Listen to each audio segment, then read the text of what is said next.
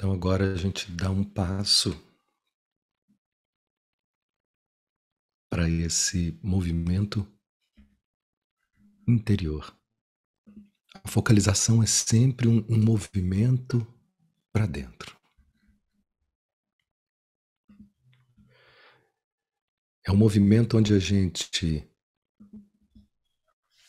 se interioriza.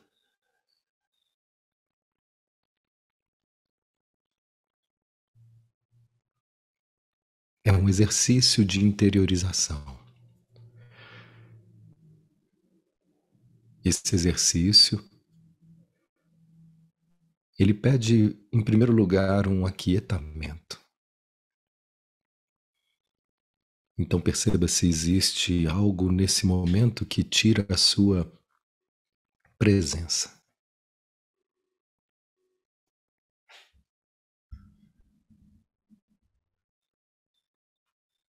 Se agora você pode dizer para si mesma, para si mesmo, agora estou aqui.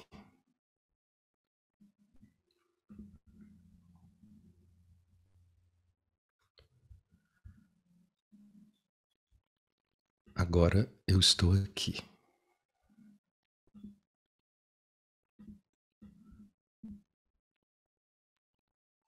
E cada vez que a gente vai dizendo isso, nós vamos realmente presentificando nossa consciência.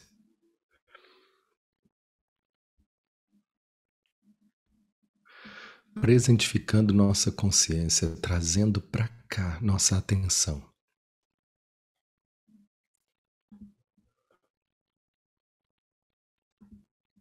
Cada vez mais inteiros, cada vez mais presentes.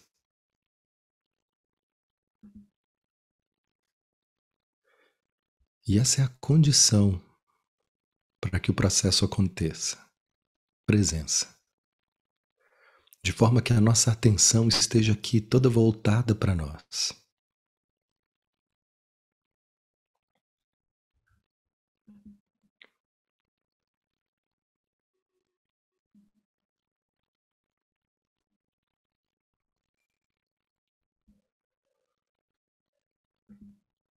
Bem inteiros, bem presentes.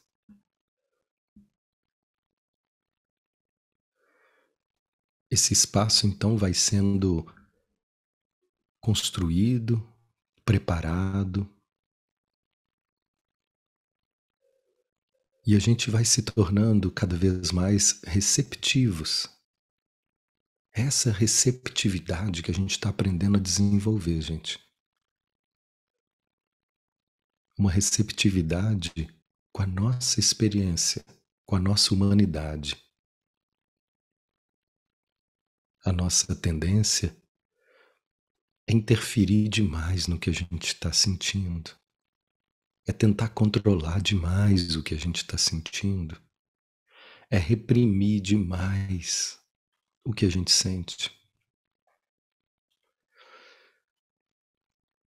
Isso nós aprendemos desde pequenos, quando em alguns momentos nós entendemos que não parecia bom demonstrar alguns sentimentos, que não parecia bom sentir algumas experiências.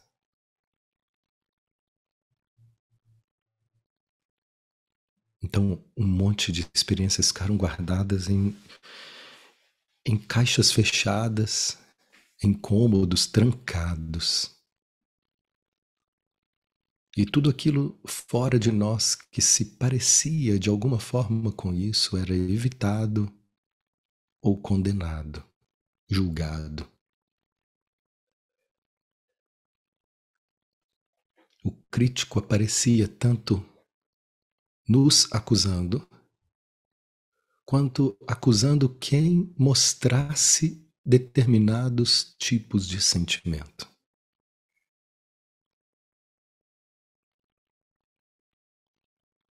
Recorrendo a uma linguagem do Evangelho, era como se nessas horas a gente pegasse em pedras Pedras que atiradas em tudo aquilo que parecia inadequado. E assim, muitas vezes a gente vem se machucando. Vidas e vidas se machucando muito. Por não sabermos lidar com aquilo que parece inadequado. O inadequado para algumas pessoas pode parecer medo. Perceba onde está a sua atenção agora. Veja como é fácil fugir. Veja como é fácil se desviar, se dispersar. O inadequado para outras pessoas pode parecer fragilidade. Mas o inadequado, de uma forma geral, ele vai sempre falar do quanto é perigoso a gente ser vulnerável.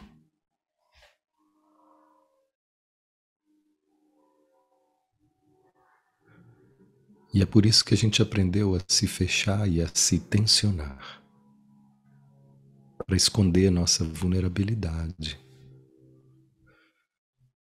E o que é a vulnerabilidade? Senão essa capacidade de assumir tudo que eu sinto, de ser transparente. Então, em meio a essa roda onde apedrejavam uma mulher adúltera, que a gente pode simbolizar como um sentimento adúltero, um sentimento que estava sendo visto como inadequado, surge no meio da multidão um mestre,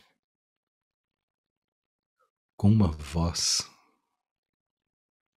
que trazia uma autoridade que paralisou todos aqueles agressores, que paralisa todos os críticos internos. E com essa autoridade, ele pergunta: quem de vós é perfeito?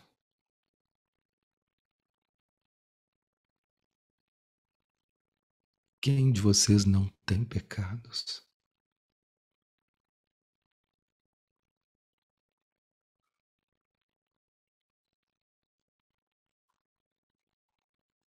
Eu olho com amor para todos.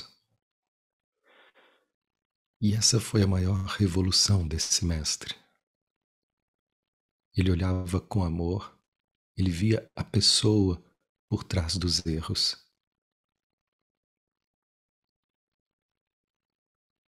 Ele olhava com amor para aqueles que eram condenados, excluídos, julgados. O maior amor era não julgar.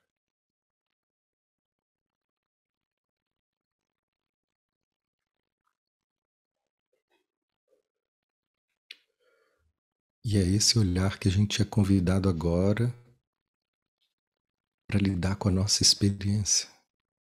Pouco a pouco, um a um, todos foram largando as pedras e deixando aquele ambiente hostil. Eles foram se desarmando. E veja em você agora se desarmando os críticos internos que exigem que você seja melhor, que exigem que você seja mais adequada, que exigem que você não sinta isso, não sinta aquilo, que exige que você vá mais rápido, que você esteja em outro lugar, que exige qualquer coisa.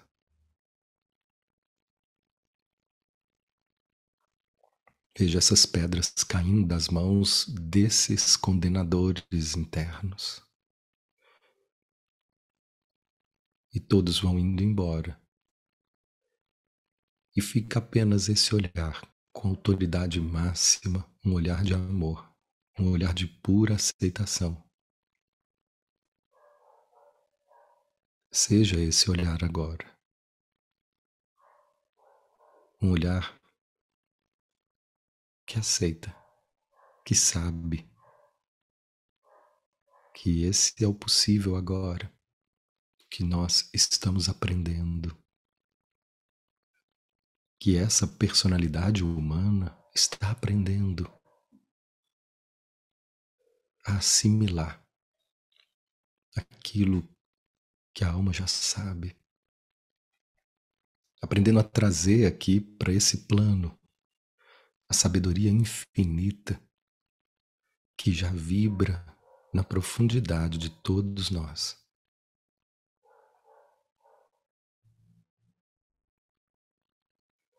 E toda vez que existe uma condenação, o fluxo de energia trava. E nós deixamos de aprender com as experiências. Toda experiência traz um aprendizado que vai atualizando essa personalidade para que ela esteja cada vez mais alinhada com essa fonte divina de amor e paz, de verdade, de amor e paz.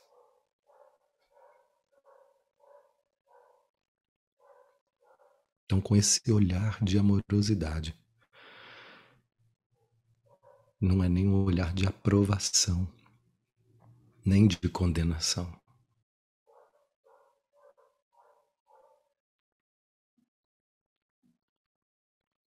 É um olhar de aceitação.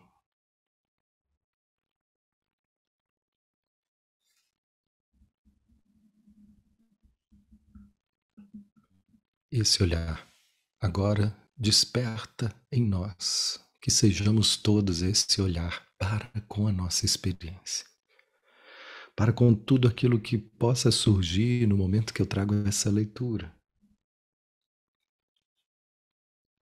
Mesmo que a gente não entenda tudo o que se trata, cada simbolismo dessas passagens.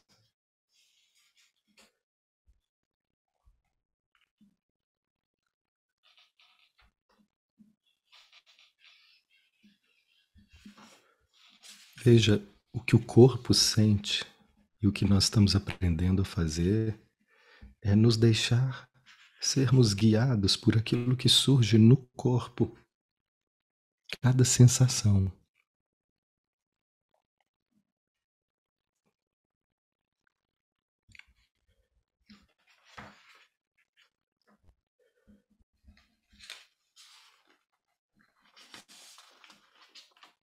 Deixe que o corpo interprete o Evangelho.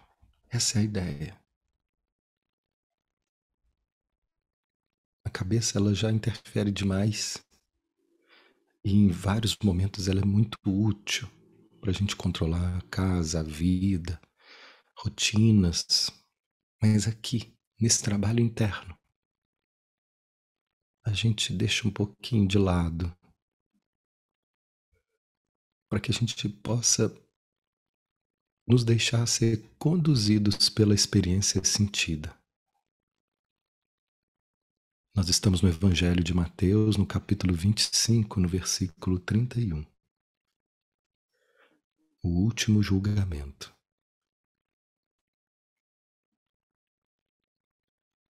Quando o Filho do Homem vier em toda a sua glória e todos os anjos com ele,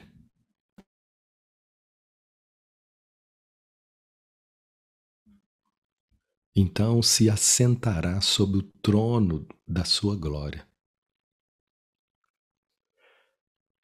E serão reunidas diante dele todas as nações. Separará uns dos outros, como o pastor separa as ovelhas e os cabritos. Colocará as ovelhas à sua direita e os cabritos à sua esquerda. Então o rei dirá aos que estiverem à sua direita: Vinde, benditos de meu Pai. Herdai o reino preparado para vós desde a fundação do mundo. Pois tive fome e me destes de comer. Tive sede e me destes de beber. Era estrangeiro e me acolhestes. Estava nu e me vestistes. Estive enfermo e me visitastes. Estava na prisão e viestes a mim. Então os justos responderão, dizendo: Senhor, quando te vimos com fome e te demos de comer, ou com sede e te demos de beber? Quando te vimos estrangeiros e te acolhemos, ou nu e te vestimos? Quando te vimos enfermos ou na prisão e viemos a ti? Em resposta, o rei lhes dirá: Amém. Vos digo que na medida em que fizerdes a um desses meus irmãos mais pequeninos, a mim o fizestes.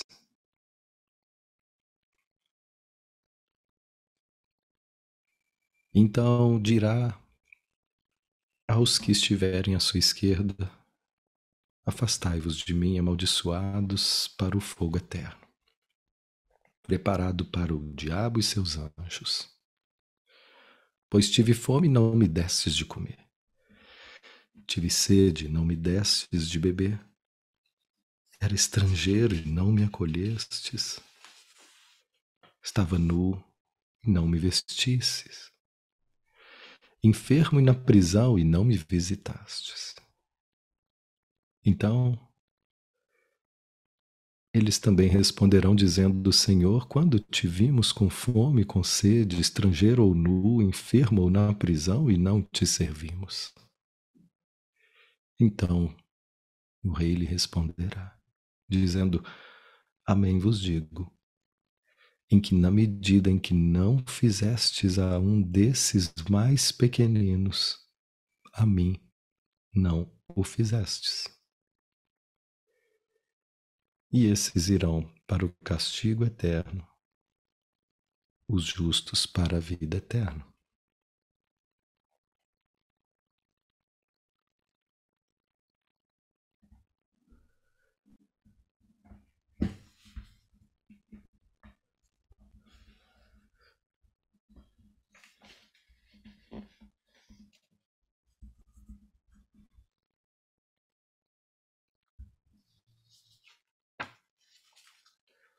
Veja como eu ouvi essas palavras.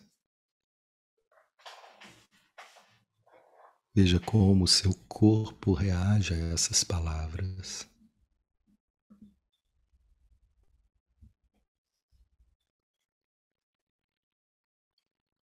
Cada sensação pode ser que no começo não esteja clara.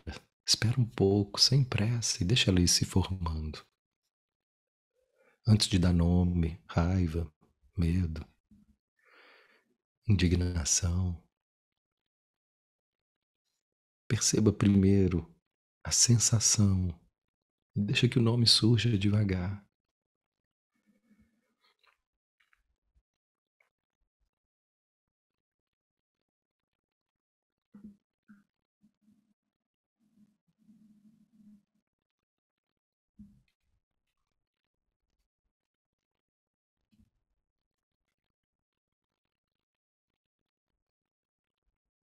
Se permita ficar com aquilo que você não sabe e não entende.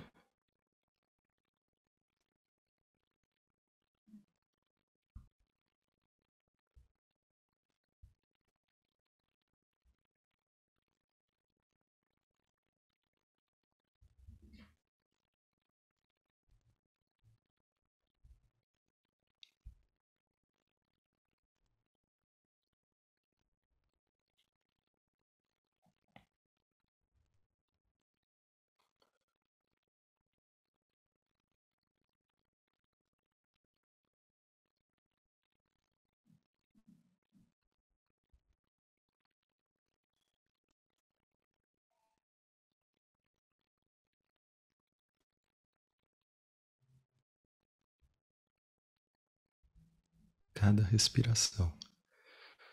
O corpo vai se desenvolvendo porque existe em nós uma necessidade de expressar tudo que um dia ficou preso, que foi impedido. Então veja o que essas palavras despertam, mas veja com esse olhar. É um olhar de permissão para que a realidade seja como é, para que esse sentimento que possa estar surgindo agora seja como é.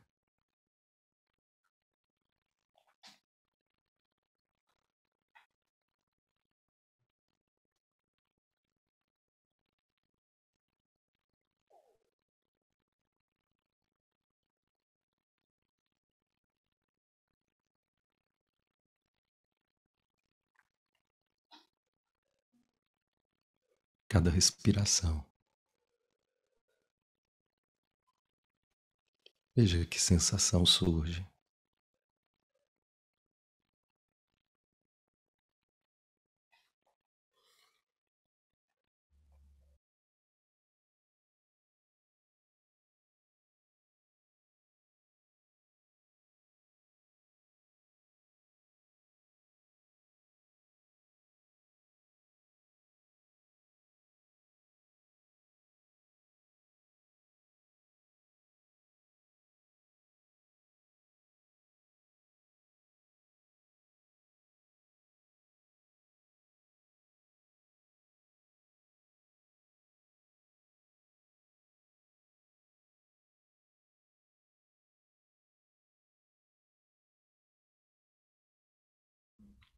Seja apenas um espaço aberto para tudo aquilo que precisa se apresentar.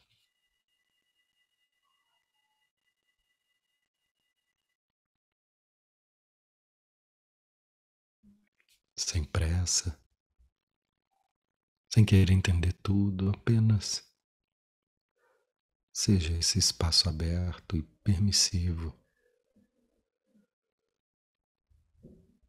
E veja se existe mais uma voz que te condena agora.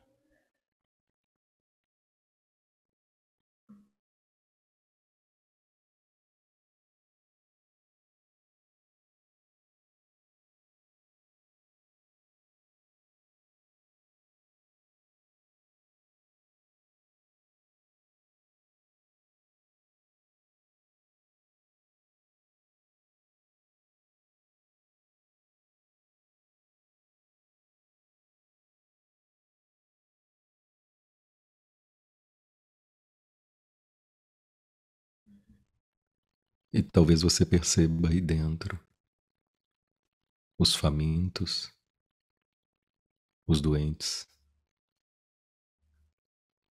os nus, os enfermos, cansados, sofridos. E veja como você recebe, como você tem lidado e como você lida agora com cada um desses personagens. Pode ser que esse convite faça sentido para você. Mas se não fizer, siga com a sua experiência. E deixa ela te conduzir para onde for mais necessário para você.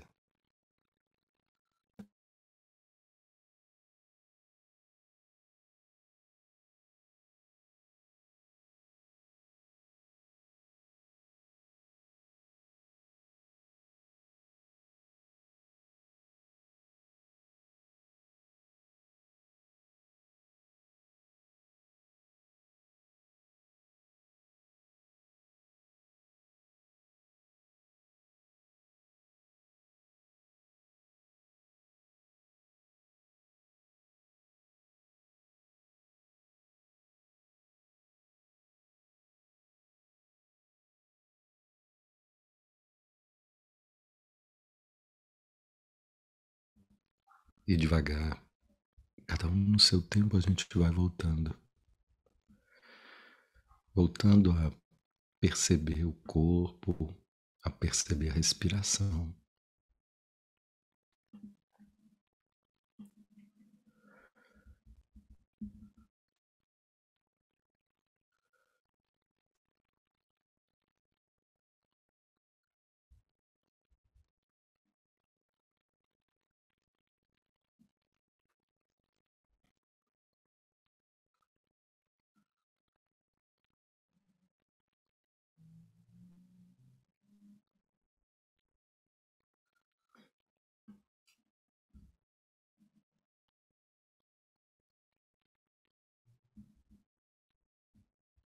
Deixa agora, escreva agora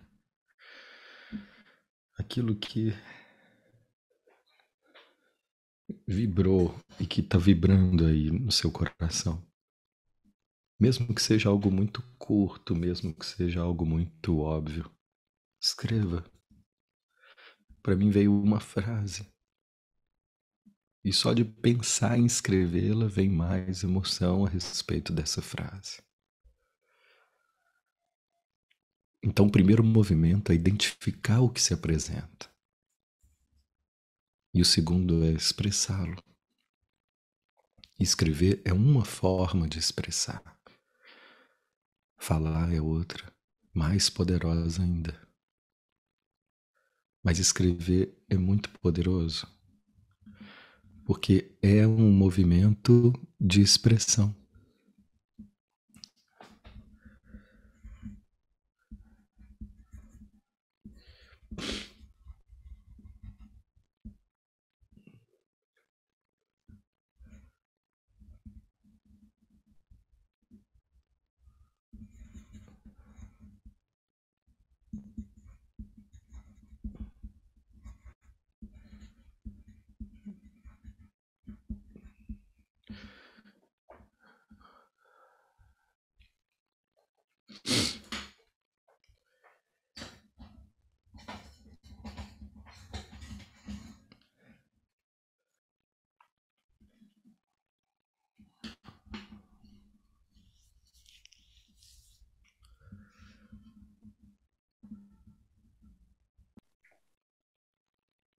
Veja o que surge.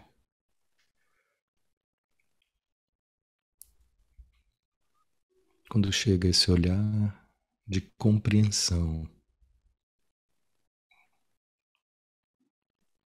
de acolhimento, o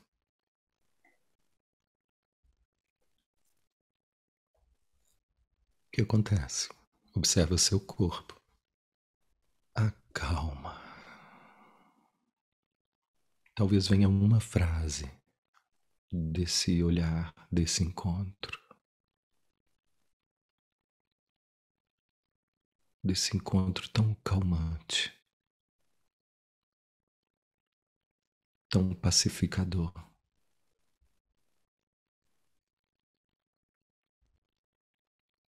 A essência do que, à primeira vista, um texto como esse provoca. Mateus, você começa o Evangelho falando da gente se olhar com amor,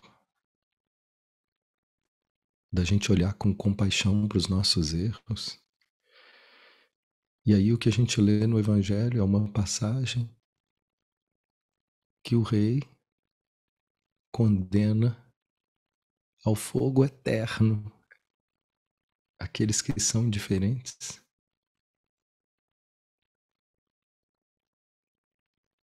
Não é tão contraditório? Veja como é difícil para a mente conciliar essas duas perspectivas. Veja por que tanta gente corre do Evangelho e com razão. Porque o Evangelho recebido ao pé da letra, ele é antipsicológico. Receber isso ao pé da letra é uma condenação. É uma dualidade. que está se apresentando nessas palavras que diz: ou você é bom e tem salvação, ou você não é bom e você está ferrado.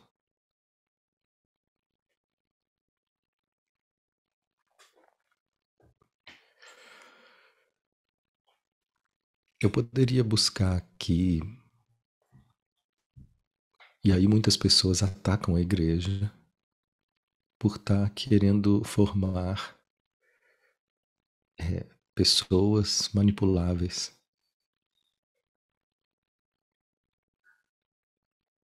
Cordeirinhos manipuláveis, tirando a força, porque no fundo, gente, todos nós sabemos que nós não somos bons. Todos nós sabemos que nós não somos perfeitos nessa arte de ajudar, que sempre vai deixar passar, que sempre tem gente que a gente não vai vestir, tem gente que a gente não vai dar de comer,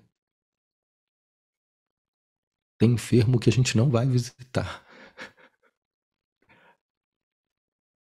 que nós não somos esse puro amor.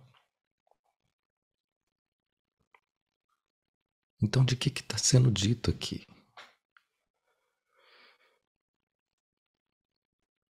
Eu poderia dizer que isso se trata de algo, de uma forma de alegoria numa época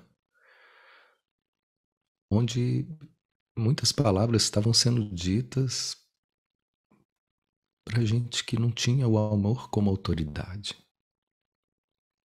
E que essa foi uma forma dura de apresentar uma nova autoridade, dizendo a salvação não está pelo poder, pela dominação, pela imposição da força, como se pensava. Não está pela aquisição de nenhum reino material, mas pela capacidade de ajudar. Mas a frase que veio para mim, partilhando com vocês, que me tocou muito, foi assim: o que fizeram contigo, Senhor? O que fizeram das suas palavras?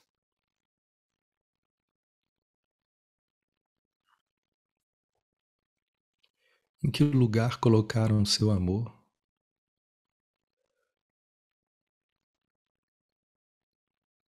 Que uso fizeram da tua verdade? Para onde foi o caminho da tua paz?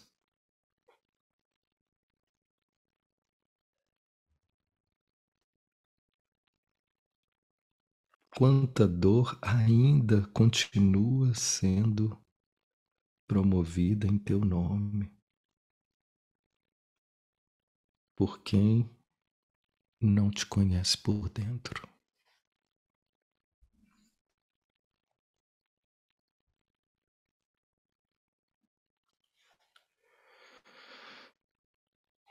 Então isso me tocou.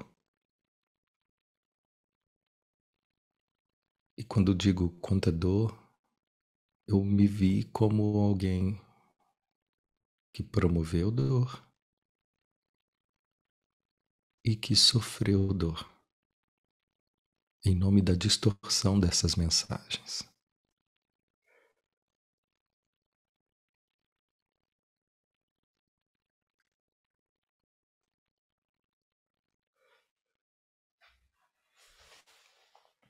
Então, poder dar uma nova compreensão. Para isso é uma necessidade humana. Para que a gente pare de se sentir oprimido por não ser perfeitos e pare de oprimir os outros por não serem perfeitos.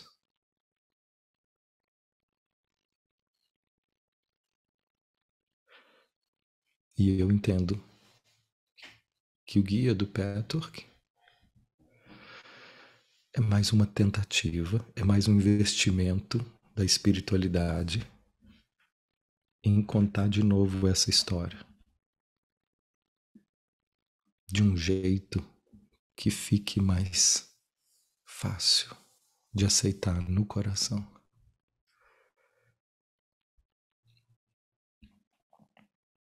assim como outros tantos trabalhos que têm surgido para nos ensinar a essência desse olhar e nos tirar desse lugar de julgamento que é tão sofrido. Porque, na verdade, o que a gente está trazendo aqui para o Evangelho Sentido, que veio me salvar em relação a essa visão que é toda externalizada, é que quem tem fome mora aqui dentro. Quem tem sede mora aqui dentro. Quem está nu e enfermo mora aqui dentro. E se você, agora vai fazer sentido essa passagem, veja se não faz. Se você é indiferente às suas dores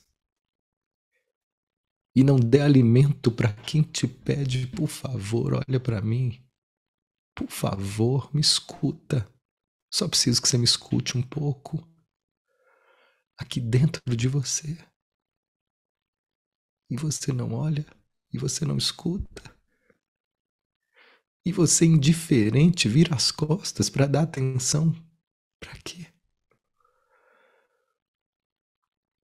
E aí sim essa sentença faz sentido. Toda vez que eu for indiferente às dores que clamam aqui dentro, eu vou estar criando um inferno para mim. Eternamente eu vou ficar no inferno quando eu viro as costas para mim, para as dores que clamam aqui dentro, em nome de querer ser bom para o mundo. Estava fazendo para os outros? Que outros? Que outros? Se eu não amo nem a mim? Que incoerência! Não era verdade. Só pode ser verdade se ela for vivida conosco.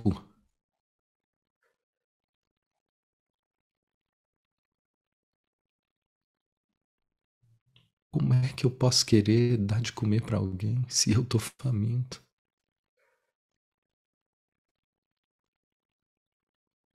Se eu não sei dar nem para mim? Se eu não consigo ver nem a minha necessidade, como é que eu vou enxergar a necessidade de alguém? Isso vai ser superficial. Porque de verdade só faz sentido se for sentido. Se for vivido conosco, se for verdade para nós.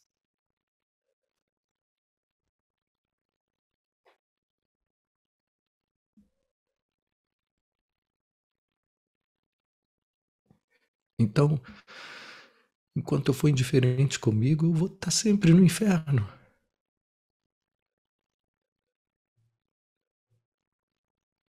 E quando eu começo a dar um lugar no meu coração para as minhas dores, para as minhas fragilidades,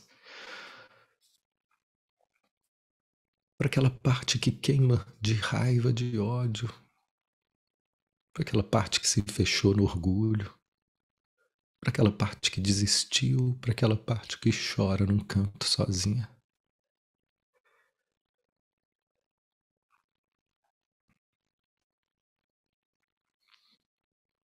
Quando eu posso olhar para elas e dar um lugar no meu coração para elas. Nessa hora, eu estou no céu. Nessa hora eu estou unido.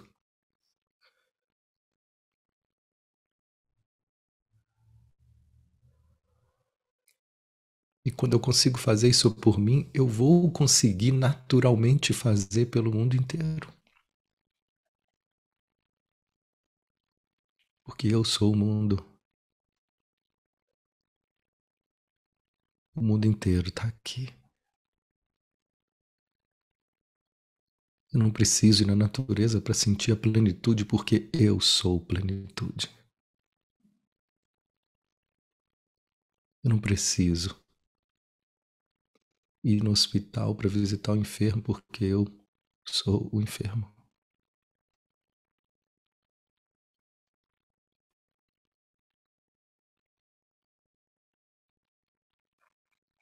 Eu não estou dizendo para a gente não ir. Eu estou dizendo que ele está aqui. E que se eu não acolher esse enfermo que está aqui, eu posso até ir. Mas eu também não vou enxergá-lo.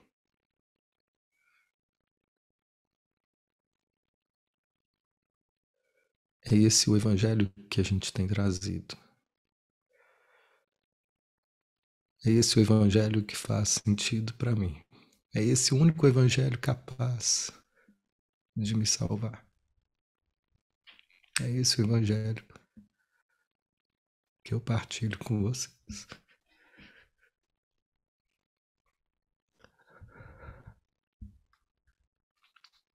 Aquele que nos ajuda a olhar com amor para nós.